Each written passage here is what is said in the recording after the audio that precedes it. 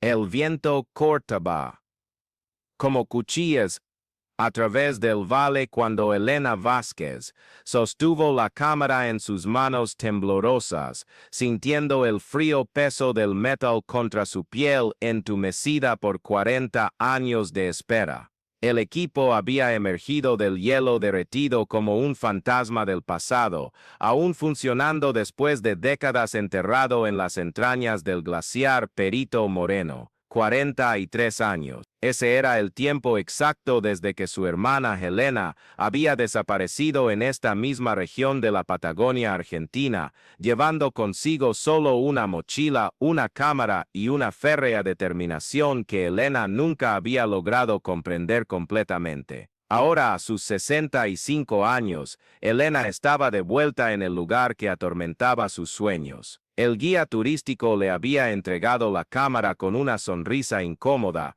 explicando que objetos así aparecían de vez en cuando los glaciares se movían y liberaban sus secretos congelados. Pero Helena reconoció inmediatamente la cinta adhesiva roja que Helena siempre pegaba en la lateral de sus equipos, una marca personal que la distinguía de los demás reporteros gráficos de la época. Sus manos temblaron violentamente cuando presionó el botón de reproducción en la pequeña pantalla LCD, milagrosamente intacta. La primera imagen que apareció fue el rostro familiar de Helena, más joven, bronceada por el sol patagónico, sus ojos verdes brillando con esa intensidad que siempre había dejado a Helena incómoda. Helena, si estás viendo esto, entonces algo salió muy mal, dijo la voz grabada, distorsionada por el tiempo pero inequívocamente la de su hermana. No debí venir sola, pero necesito documentar lo que descubrí aquí, lo que están haciendo con los niños.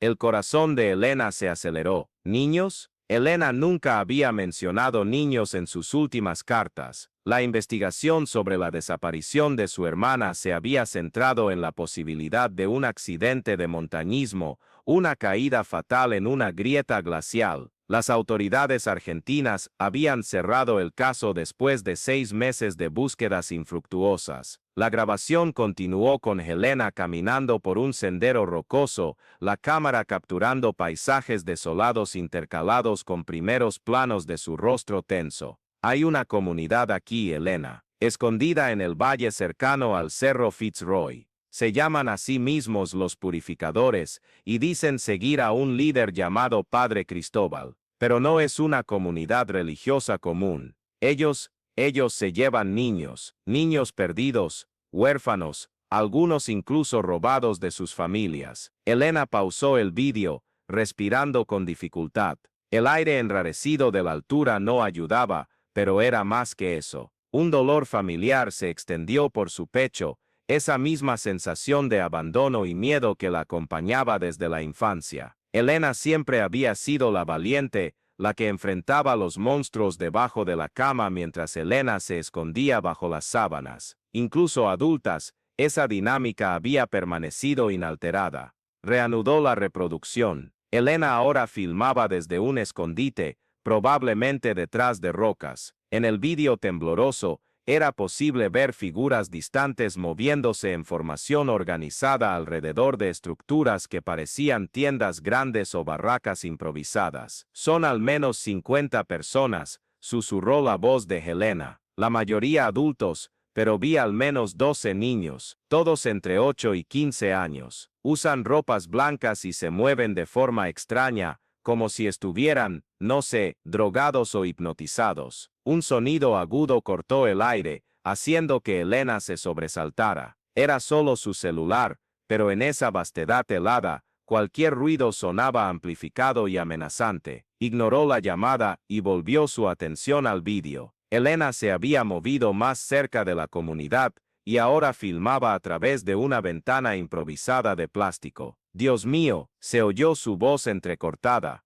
Helena, están haciendo algo a los niños. Algún tipo de ritual. El hombre que debe ser Cristóbal está marcando sus rostros con una sustancia. Los niños no se resisten. Es como si ni siquiera estuvieran allí. La imagen se borró cuando Helena se alejó rápidamente de la ventana. Sonidos de voces aproximándose podían oírse al fondo. Mierda, Mierda, me vieron. La cámara se movió violentamente mientras Elena corría, sus pies golpeando contra piedras sueltas, la respiración jadeante resonando en el micrófono. Elena, si algo me pasa, tienes que contárselo a las autoridades. Pero no confíes en la policía local. Hay conexiones. Vi a uno de los oficiales que investigaron casos de niños desaparecidos hablando con ellos ayer. La grabación paró abruptamente. Elena quedó mirando la pantalla oscura, sintiendo lágrimas congelarse antes incluso de escurrir completamente por su rostro. 43 años de incertidumbre habían terminado,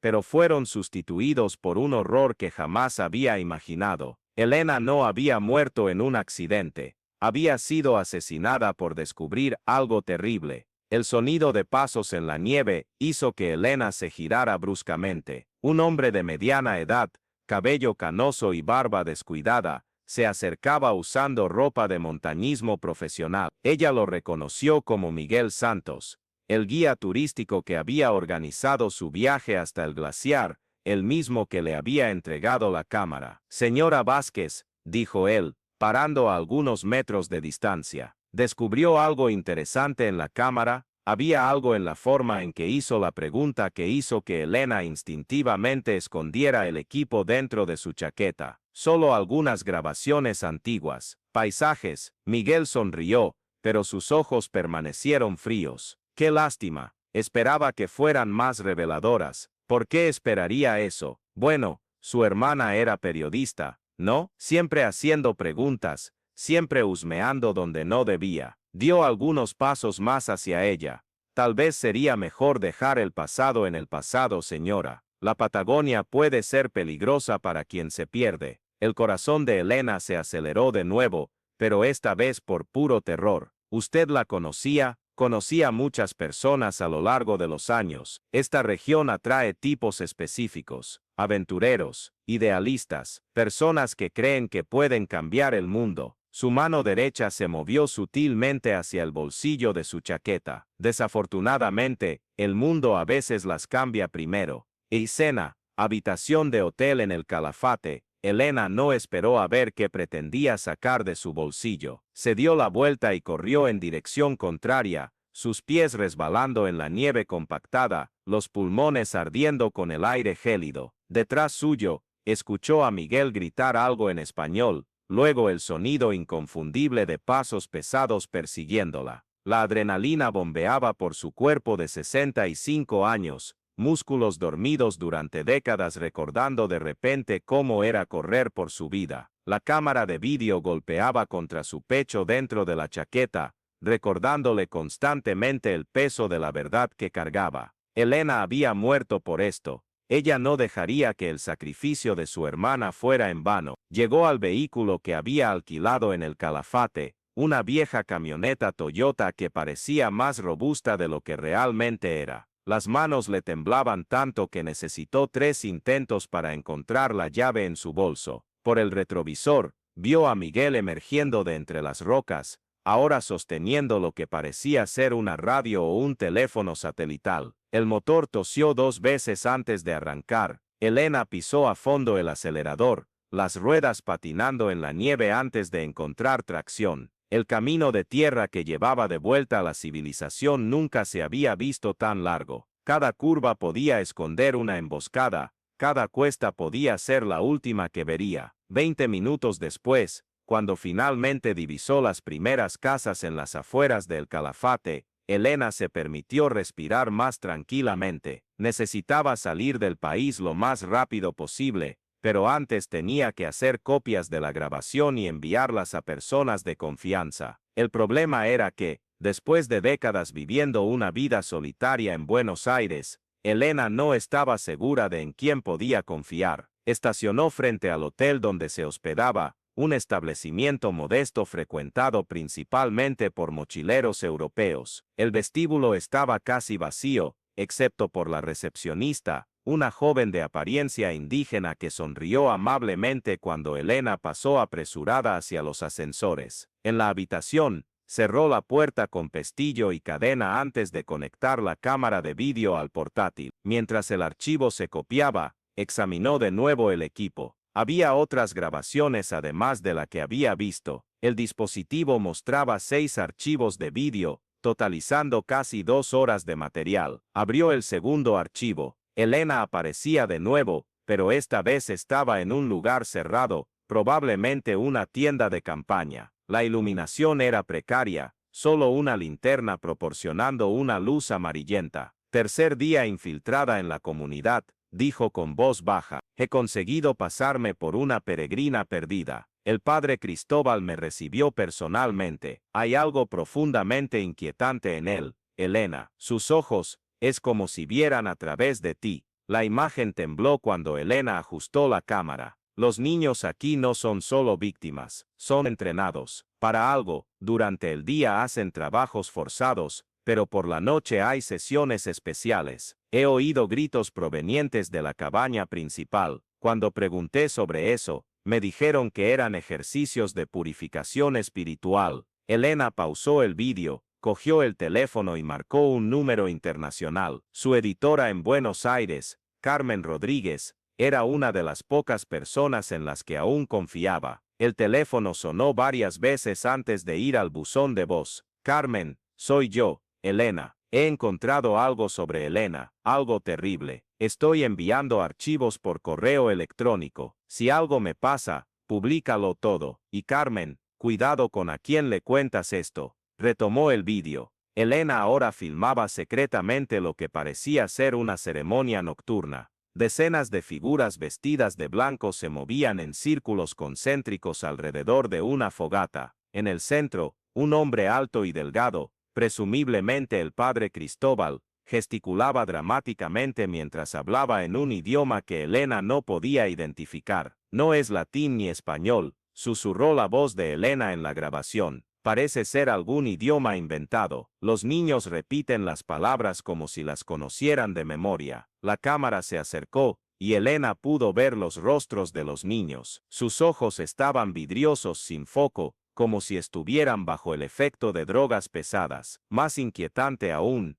todos tenían marcas idénticas tatuadas en la frente, símbolos intrincados que recordaban una mezcla entre escritura rúnica y jeroglíficos egipcios. Dios mío, murmuró Elena, sintiendo náuseas subir por su garganta. El vídeo continuó mostrando al padre Cristóbal acercándose a una de las niñas, una niña de apariencia latinoamericana de unos 12 años. Él puso las manos en su cabeza y comenzó a hablar directamente en su oído. La niña no reaccionó, ni siquiera cuando él comenzó a hacerle cortes superficiales en sus brazos con una pequeña navaja. Esto no es religión, susurró Helena en la grabación. Es tortura sistemática, control mental. Están destruyendo a estos niños por dentro. Un ruido súbito en el vídeo hizo que tanto Elena como Elena se sobresaltaran simultáneamente. Alguien había entrado en la tienda de campaña donde Elena se escondía. La grabación se volvió caótica, con imágenes girando descontroladamente mientras Elena intentaba esconder la cámara. Voces masculinas hablaban en español demasiado rápido para que Elena pudiera entender completamente, pero el tono era inequívocamente hostil. No, por favor, se oyó la voz de Elena ahora en pánico. Solo estaba perdida buscando el baño. Una voz diferente, más profunda y con acento extranjero, respondió en inglés. You were recording us. No entiendo lo que estás diciendo. The camera, give us the camera. La grabación terminó abruptamente. Elena quedó mirando la pantalla negra, la respiración superficial, las manos sudando a pesar del frío que entraba por la ventana mal sellada del hotel. Aún quedaban 4 archivos para ver, pero ya había visto lo suficiente para entender que Elena había descubierto algo mucho más grande que una simple secta aislada. En este momento, a todos ustedes que están siguiendo esta jornada conmigo, les pido que se suscriban al canal y activen la campanita de notificaciones. Lo que estamos descubriendo aquí no es solo una historia, es una alerta sobre horrores que pueden estar sucediendo en este mismo momento en lugares remotos del mundo. Cada suscripción, cada compartición nos ayuda a dar voz a aquellos que ya no pueden hablar por sí mismos. Juntos, podemos asegurar que historias como la de Elena no sean olvidadas. Suscríbete ahora y ayuda a difundir esta verdad. Conectó el cable USB e inició la subida de los archivos al correo electrónico de Carmen. La conexión a Internet del hotel era lenta, y la barra de progreso avanzaba con una lentitud exasperante. Elena se acercó a la ventana, observando la calle mal iluminada que se extendía abajo. Un coche oscuro estaba estacionado del otro lado de la calle, con el motor encendido, emanando bocanadas de vapor del escape en el aire frío de la noche. Sus músculos se tensaron. El coche no estaba allí cuando ella llegó. Volvió rápidamente al portátil. La subida apenas había llegado al 20%. Demasiado lento. Cogió el teléfono e intentó llamar a Carmen de nuevo. Esta vez, alguien contestó, pero no era la voz familiar de su editora. ¿Quién es?, preguntó una voz masculina con acento porteño. Elena colgó inmediatamente, con el corazón latiendo tan fuerte que podía oírlo resonar en las paredes de la pequeña habitación. Si habían llegado hasta Carmen, entonces ya sabían de ella también. Abrió el tercer archivo de la cámara mientras observaba nerviosamente la barra de progreso de la subida. Elena apareció de nuevo, pero esta vez estaba claramente herida. Tenía un corte que sangraba sobre su ceja izquierda, y sostenía su brazo derecho de forma protectora contra su cuerpo. Elena, si estás viendo esto, me han descubierto, dijo, con la voz entrecortada por el dolor y el miedo. Conseguí escapar durante el alboroto, cuando dos de los guardias discutieron sobre qué hacer conmigo. Estoy escondida en una cueva a unos 2 kilómetros al norte del campamento. No sé cuánto tiempo podré permanecer aquí. Hizo una pausa, limpiándose la sangre de la cara con la manga de la chaqueta. He descubierto más cosas. El padre Cristóbal no es argentino. Lo he oído hablar en alemán con algunos de los otros líderes. Y Elena, las niñas no son solo víctimas locales. He visto documentos. Tienen una red internacional, niñas traídas de Brasil, Bolivia, incluso de Chile. Elena giró la cámara, mostrando papeles esparcidos en el suelo de la cueva. Elena reconoció formularios oficiales, pero no pudo leer los detalles en la pequeña pantalla. Hay nombres aquí, Elena, personas importantes, políticos, jueces, empresarios.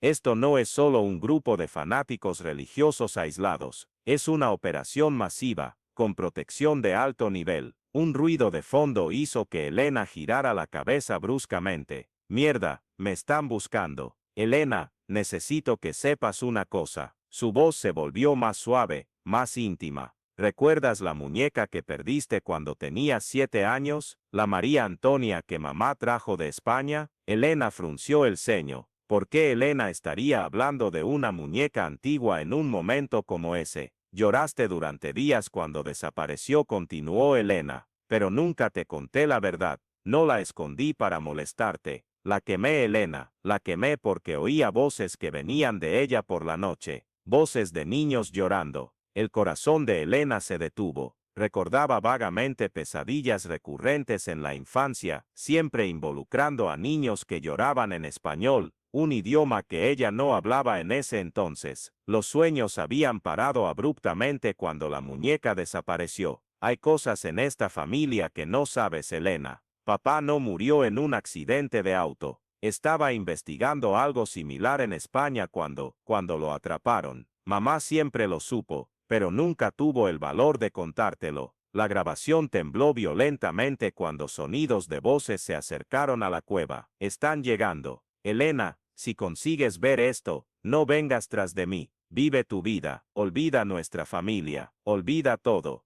Elena, no, gritó Elena a la pantalla, como si eso pudiera cambiar algo que había ocurrido décadas atrás. Te amo, hermanita, siempre te he amado, incluso cuando no podía demostrarlo. La grabación terminó con sonidos de lucha y gritos apagados. Elena estaba llorando abiertamente ahora, lágrimas calientes contrastando con el frío que parecía emanar de sus huesos. La subida había llegado al 60%, pero cada segundo se sentía como una eternidad. Miró de nuevo por la ventana. El coche oscuro se había movido, y ahora estaba estacionado directamente frente al hotel. Abrió el cuarto archivo. Elena apareció una vez más, pero ahora estaba claramente en cautiverio. Tenía las manos atadas, y estaba sentada en una silla de madera rudimentaria. La iluminación provenía de una sola bombilla colgada del techo, creando sombras dramáticas en su rostro magullado. Elena, dijo ella, con la voz ronca y cansada, si estás viendo esto, entonces han decidido usarme como cebo. El padre Cristóbal me dijo que conoce a nuestra familia desde hace mucho tiempo, que papá estaba muy cerca de descubrir la verdad sobre su red internacional antes de ser eliminado. Elena pausó el vídeo, cogió su teléfono y marcó el número de la Policía Federal Argentina. Si no podía salir del país, al menos podría intentar alertar a las autoridades correctas. Policía Federal,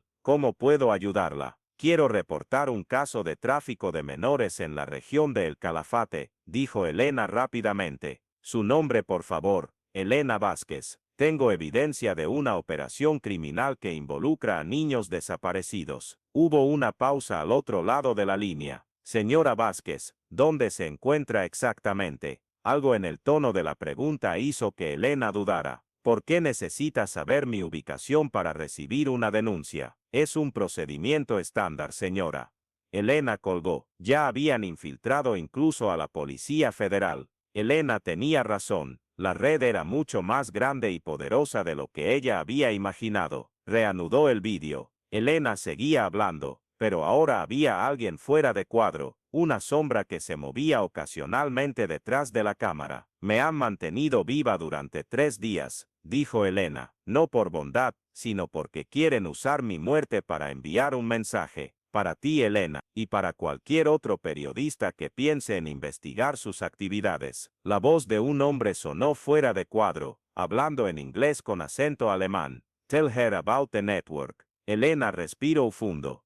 Elena, lo que descubrí aquí es solo una pequeña parte de algo mucho mayor. Hay lugares similares en al menos 6 países de Sudamérica. Muestran a las niñas entre los sitios, entrenándolas para fines que prefiero no imaginar. Dile de los compradores, insistió la voz. Hay compradores, continuó Elena, quebrando la voz. Personas ricas, poderosas, que pagan sumas enormes por niñas entrenadas. Políticos, empresarios, incluso algunos miembros del clero. No son solo pedófilos comunes, Elena, son personas que creen genuinamente que están purificando el mundo al quebrar completamente a estas niñas y reconstruirlas como objetos obedientes. Elena tuvo que correr al baño, donde vomitó con violencia. Al volver, limpiándose la boca con papel higiénico, la subida había llegado al 85%. En el video, Elena ahora miraba directamente a la cámara. Elena, si puedes ver esto,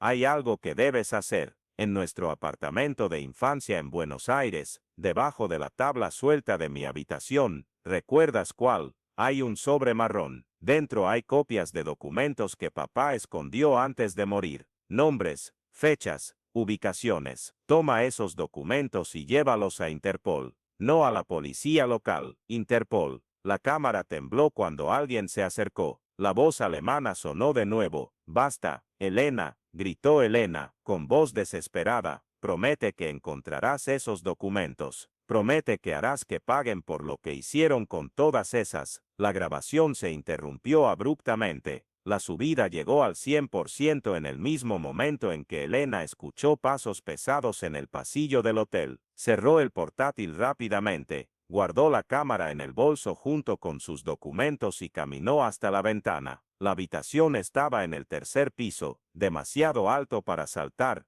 pero había una escalera de incendios exterior que no había notado antes. Los golpes en la puerta comenzaron cuando ya estaba abriendo la ventana. Señora Vázquez, policía, abra la puerta, por favor. Elena no respondió. Salió por la ventana, sus pies encontrando los escalones helados de la escalera metálica. El viento patagónico cortaba a través de su ropa, pero la adrenalina la mantenía en movimiento. Bajó rápidamente, esperando en cualquier momento oír gritos o disparos desde arriba. Llegó a la planta baja sin incidentes y corrió hacia su vehículo. Las llaves aún estaban en el bolsillo de su chaqueta, y esta vez el motor arrancó al primer intento. Aceleró a fondo, los neumáticos derrapando en el asfalto mojado mientras salía del estacionamiento del hotel. Por el retrovisor, vio figuras emergiendo del edificio, una de ellas hablando urgentemente en una radio. Tenía pocos minutos de ventaja antes de que toda la región fuera alertada sobre su fuga. La carretera que conducía a Río Gallegos, donde se encontraba el aeropuerto más cercano, estaba prácticamente desierta a esa hora de la madrugada. Elena condujo lo más rápido que el viejo pickup permitía, su mente trabajando frenéticamente para elaborar un plan. No podía simplemente volver a Buenos Aires. Estarían esperándola. Necesitaba salir del país completamente. 2 horas después, cuando el sol comenzaba a aparecer en el horizonte, vio las primeras señales que indicaban Río Gallegos. Paró en una gasolinera aislada para repostar y comprar un mapa vial. El dependiente, un hombre mayor de apariencia indígena, la miró con curiosidad. ¿Está bien, señora?, preguntó en español mezclado con inglés. Parece muy cansada. Elena forzó una sonrisa. Solo un viaje largo. ¿A dónde va? A Chile, mintió ella. En realidad, planeaba intentar cruzar la frontera con Uruguay, donde tenía una prima lejana que podría ayudarla. El hombre asintió, pero continuó mirándola de forma extraña. Cuando Elena volvió al coche, lo vio hablando por teléfono, haciendo gestos agitados en su dirección. No había tiempo para sutilezas. Pisó el acelerador y salió de la gasolinera a alta velocidad, dejando una nube de polvo detrás. En el retrovisor, vio al dependiente corriendo para anotar la matrícula de su vehículo. 20 kilómetros después, Elena vio las luces parpadeando detrás de ella. 3 coches de policía se acercaban rápidamente, las sirenas cortando el silencio de la mañana patagónica. Intentó acelerar más, pero el pickup simplemente no tenía potencia para competir con los vehículos policiales modernos. Los coches la rodearon en una recta larga, forzándola a detenerse. Elena apagó el motor y puso las manos en el volante, esperando lo inevitable. Pero en vez de oficiales uniformados, fueron hombres de civil que salieron de los vehículos, todos armados con pistolas profesionales. Uno de ellos se acercó a su ventana. Era Miguel Santos, el guía turístico. Señora Vázquez, dijo él con una sonrisa fría, ¿vamos a hacer esto por las buenas o por las malas? Elena respiró profundamente. ¿Qué quieren?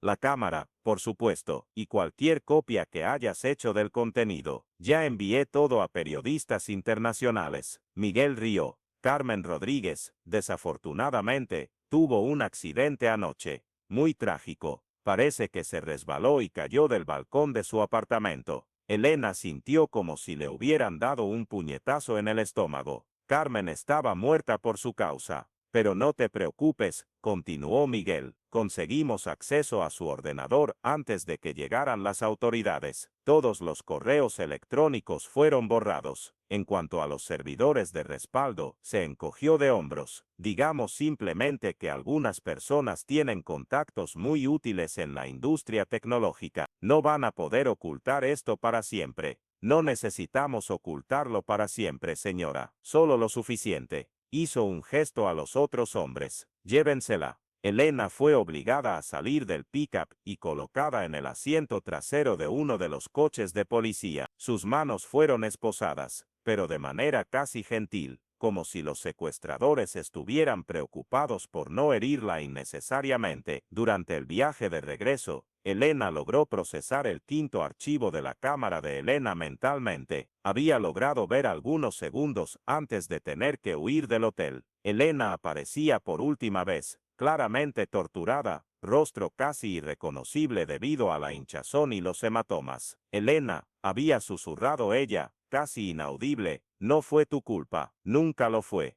Papá eligió investigar a esa gente. Yo elegí continuar su trabajo, y si estás viendo esto, entonces tú también elegirás, pero elige con sabiduría, elige vivir. Ahora, sentada en el asiento trasero del auto, que la llevaba de vuelta a una muerte segura, Elena pensó en las elecciones. Elena tenía razón. Toda su vida había sido una serie de decisiones seguras conservadoras, siempre dejando que su hermana menor enfrentara los peligros, mientras ella se escondía en su vida cómoda y predecible en Buenos Aires. Pero quizás era hora de tomar una decisión diferente. El auto se detuvo en un camino secundario aislado. Miguel bajó y abrió su puerta. «Vamos a caminar un poco, señora Vázquez». Elena bajó obedientemente, pero mientras Miguel se volvía para dar instrucciones a los otros hombres, notó algo que habían pasado por alto. El bolso con la cámara seguía en la camioneta abandonada, y uno de los policías corruptos se había olvidado de revisar si tenía otras cosas en los bolsillos. Su teléfono celular aún estaba allí. «Por aquí», dijo Miguel, señalando un sendero que llevaba al interior de un pequeño bosque de árboles retorcidos por el viento patagónico. Elena caminó lentamente, fingiendo cooperar, pero en realidad estaba calculando distancias y oportunidades. El sexto y último archivo de la cámara de Elena había sido diferente a los demás. No mostraba a Elena, sino documentos esparcidos sobre una mesa, filmados rápidamente como si alguien estuviera intentando registrar la máxima información en el mínimo tiempo posible. Había visto nombres, direcciones, números de teléfono, y lo más importante, había visto un cronograma detallado de cuándo y dónde ocurriría el próximo traslado de niños. «Carla», dijo finalmente, «tu división de Interpol necesitan consultoras, personas con experiencia en periodismo de investigación». Carla sonrió. «Siempre necesitamos gente con tus habilidades, especialmente gente que entiende cómo operan estas redes.